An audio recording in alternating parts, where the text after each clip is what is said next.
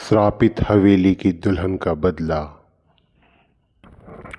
सन्नाटा इतना गहरा था कि अपनी ही धड़कन नगाड़े की तरह सुनाई दे रही थी। शहर से कोसों दूर सूखी झाड़ियों और कटीले पेड़ों के बीच खड़ी थी नीलगिरी हवेली।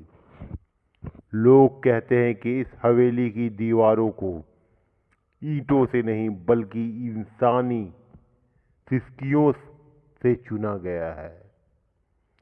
आज से 40 साल पहले इस हवेली में शहनाइयां गूंज रही थी। माया, जिसकी खूबसूरती के चर्चे पूरे इलाके में थे, मंडप पर बैठी थी। उसका लाल जोड़ा इतना गहरा लाल था जैसे ताजा खून हो, लेकिन उसका दुल्हा एक लालची दरिंदा ऐन वक्त पर हवेली की तिजोरी साफ करके गायब हो गया। समाज के ताने और अपने पिता की नजरों में गिरती माया ने उस रात कुछ ऐसा किया जिसने कुदरत के नियमों को हिला दिया। उसने सिर्फ आत्महत्या नहीं की बल्कि मरते समय अपनी बाएं हाथ की अनामिका उंगली काटकर मंडप की आग में फेंक दी और चिल्लाई, अगर मेरा श्रृंगार अधूरा रहा तो इस इलाके में उठने वाला हर जनाजा एक दूल्हे की डोली होगा। अगले सुबह माया का शरीर झूमर से लटका मिला, लेकिन उसकी आंखें खुली थी, सफेद पत्थर की तरह और नफरत से भरी हुई। हवेली के पास से गुजरने वाला रास्ता मौत का गलियारा बन चुका था।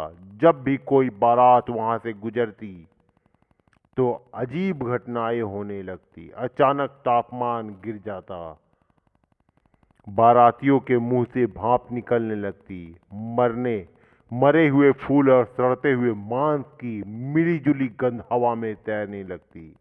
दूल्हे को अचानक अपने कानों में किसी के फुसफुसाहट की आवाज सुनाई देने लगती, क्या तुम मेरे साथ फेरे लोगे? समीर की बारात जब वहां से निकली तो अचानक ढोल ताशे बजने बंद हो गए। घोड़े ने हिनहिनाना कर अपने पैर हवा में उठाए और समीर को नीचे गिरा दिया। जैसे ही समीर ऊपर उठा, उसने देखा कि सड़क पर हर तरफ लाल चूड़ियां बिखरी हुई थी। अचानक अंधेरे से एक काला साया निकला। वह कोई औरत नहीं बल्कि हड्डियों का ढांचा था जिस पर चमड़ी लटक रही थी। उसने समीर का हाथ पकड़ा। समीर की चीख भी बाहर नहीं निकल पाई क्योंकि उस साये ने उसकी जबान को उन ठंडी उंगलियों से जकड़ लिया था। पलक झपकते ही समीर गायब था। पीछे रह गई तो सिर्फ उसकी शेरवानी, जो बीच सड़क पर अंदर से जल रही थी। जब कुछ हिम्मती लोग हवेली के अंदर घुसे तो उन्होंने जो देखा वह किसी के भी होश उड़ा दे।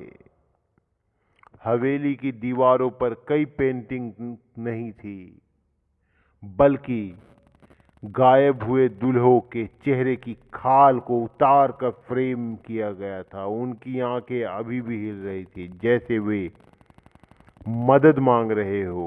मंडप के बीचों बीच माया बैठी थी। उसका चेहरा आधा गला हुआ जिसमें से कीड़े रेंग रहे थे। उसने समीर को एक लोहे की कुर्सी से बांध रखा था और वह धीरे धीरे उसकी उंगलियां काट रही थी ताकि अपनी अधूरी उंगली का बदला ले सके।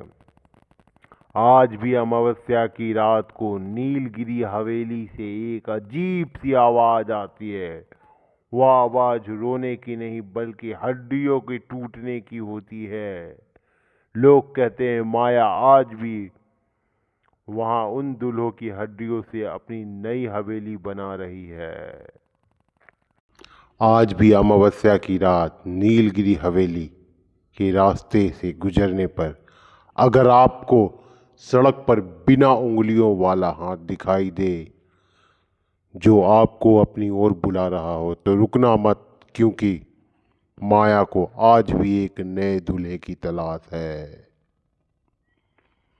इस स्टोरी को लाइक एंड सब्सक्राइब करें प्लीज़।